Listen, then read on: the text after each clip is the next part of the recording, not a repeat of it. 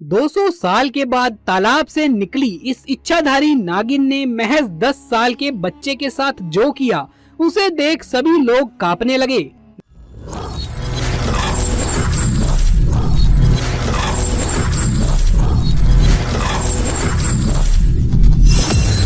दोस्तों, सच्ची श्रद्धा से कमेंट्स में जरूर लिखें हर हर महादेव।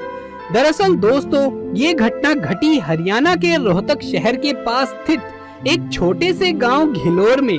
इस गांव के बड़े बुजुर्गों का मानना है कि बहुत पुराने टाइम में एक सपेरे को वरदान देते हुए एक इच्छाधारी नागिन इसी गांव में बस गई थी। इस गांव के लोग उस नागिन को देखकर बहुत ज्यादा घबराते थे, यहाँ तक कि लोग अपने घरों से निकलना भी बंद कर चुके थे।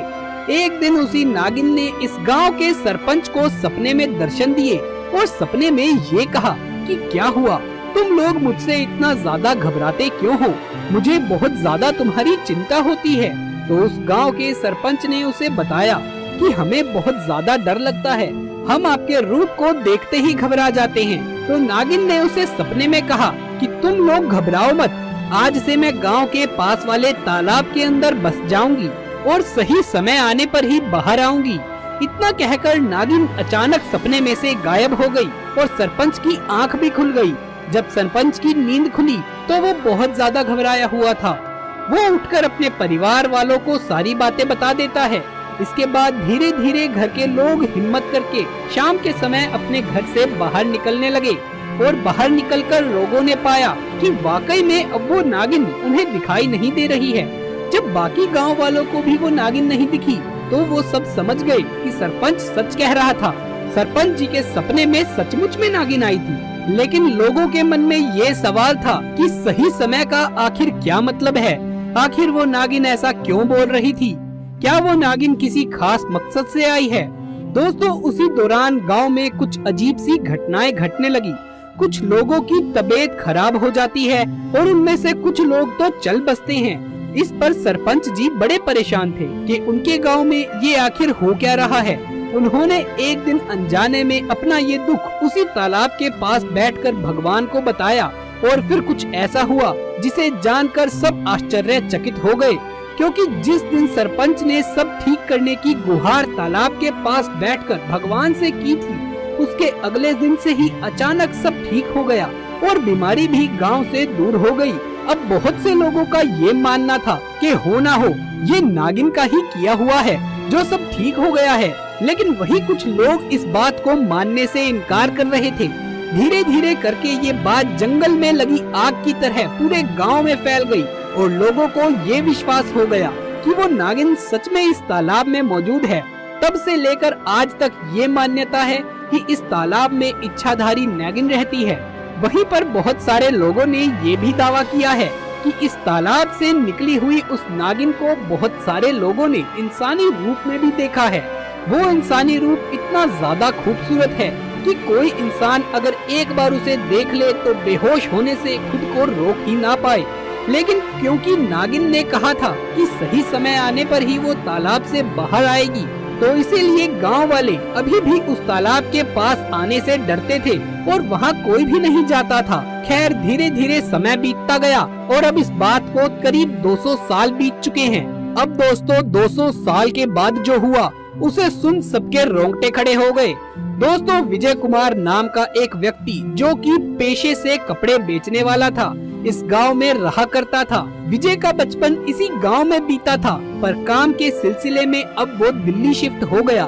मगर उसके माता पिता अभी भी इसी गांव में रहते हैं, क्योंकि विजय इसी में बड़ा हुआ था। उसे ये तालाब वाली कहानी तो मालूम थी, लेकिन अब दिल्ली जाने के बाद वो इन सब बातों से दूर हो गया और इन बातों में उतना ज्यादा विश्वास नहीं करता था। दरअसल 2007 की गर्मी के मौसम में इन लोगों ने सोचा कि हमारे बच्चों की गर्मियों की छुट्टी में चलो हम अपने गांव जाते हैं, वहीं जाकर छुट्टियां मनाएंगे। अब जब ये लोग गांव आए तब उन दिनों इस गांव में एक बच्चा चोर गैंग का आतंक छाया हुआ था। ये किडनैपर्स बच्चों की किडनैपिंग करते थे और फिर गांव वालों से फिरौती की मांग करते थे। एक शाम जब सभी लोग अपने काम में घर के अंदर बिजी थे, तब इनका बच्चा खेलते खेलते घर से बाहर आ गया। वो घर के बाहर आया तो सही, लेकिन उसके बाद किसी को दिखाई नहीं दिया। किडनैपर्स ने मौका देख उस बच्चे को उठा लिया था और सब घर वालों को जब उसका बच्चा नहीं मिला तो वो बहुत ज्यादा परेशान हो गए और अपने बच्चे को ढूंढने की बहुत कोशिश की। ढूंढते ढूंढते रात हो गई और विजय दुख में आकर रोने लगा। गांव वालों ने कहा कि हो सकता है बच्चा तालाब के पास चला गया हो और वो नागिन उसे अपने साथ तालाब में ले गई हो। विजय और उसके घर वाले टेंशन में आ गए कि उनका बेटा ना जाने कहां खो गया है और किस हालत में है। वो गुस्से में दौड़ा दौड़ा तालाब पर गया और रोते रोते उसने कहा कि नागिन, अगर तू मौजूद है, अगर तू सचमुच में इस तालाब में है तो मेरा बच्चा मुझे वापस लौटा दे। मैं कुछ नहीं जानता, मुझे मेरा बेटा चाहिए।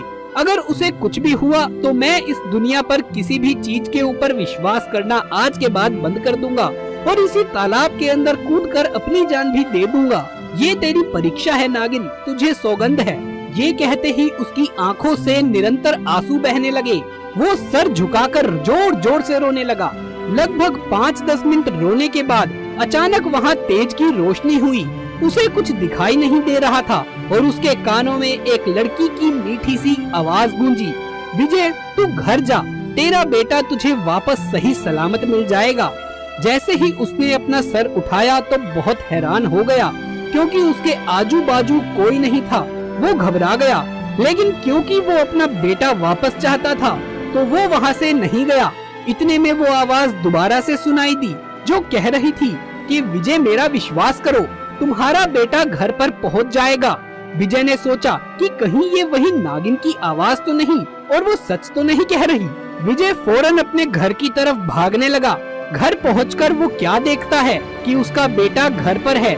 जब उसके बेटे ने घर वालों को सारी बात बताई तो सबके होश उड़ गए। दरअसल उसका बेटा बताता है कि किडनैपर्स विजय के बेटे को जंगल के रास्ते ले जा रहे थे। तभी अचानक से वहाँ पर जोर का आंधी तूफान आने लगा।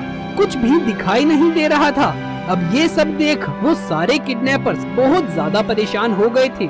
आंधी तूफान आने के बाद हवाएं इतनी जोर से चलने लगी कि आगे एक कदम भी बढ़ा पाना मुश्किल सा लग रहा था।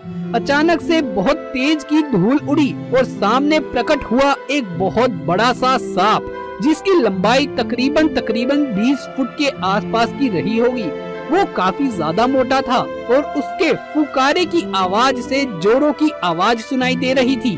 उसे देखकर सभी लोग घबरा गए और बच्चे को अपने हाथ से नीचे छोड़ दिया। बच्चा भी उस सांप को देखकर बहुत ज्यादा घबरा चुका था। जब वो सांप किडनैपर्स की तरफ बढ़ने लगा तो वो किडनैपर समझ गए कि ये हमें सजा देने आया है।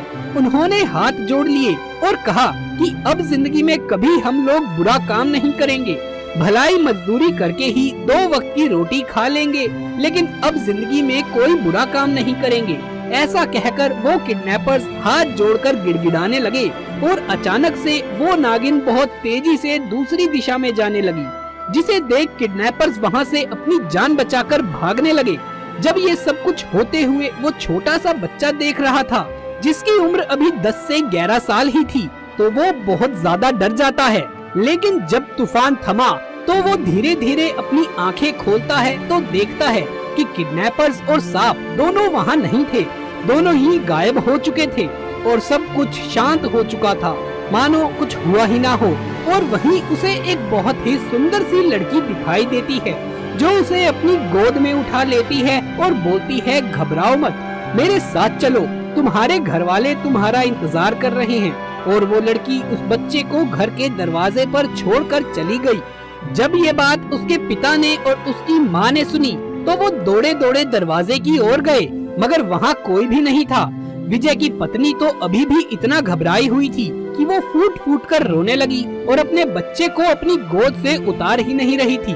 विजय को भी पूरी तरह से विश्वास हो गया कि हाँ, नागिन ने मेरी पुकार सुन ली और वो सुंदर लड़की और कोई नहीं बल्कि नागिन ही थी। उसके साथ गांव वाले भी अब इस बात पर पूरा विश्वास करने लगे कि नागिन इस गांव की रक्षा करती है। और जब नागिन ने कहा था कि सही समय आने पर ही वो तालाब से बाहर आएगी, तो इसका मतलब था कि वो इसी तरह गांव वालों की मदद के लिए तैयार रहेगी। पूरे परिवार और घर वालों के साथ विजय उस तालाब के तट पर गया और अपनी गलतियों की माफी मांगी और बहुत दिल से धन्यवाद दिया और खुशी खुशी अपने घर लौट आया। तो दोस्तों ये था हमारा आज का वीडियो। अगर ये वीडियो आपको अच्छा लगा हो तो इसे एक लाइक कर ज्यादा से ज्यादा शेयर करें, हमारे चैनल को सब्सक्राइब करें। जल्द मुलाकात होगी आपसे किसी अगली वीडियो में, तब तक के लिए आप सभी का धन्यवाद।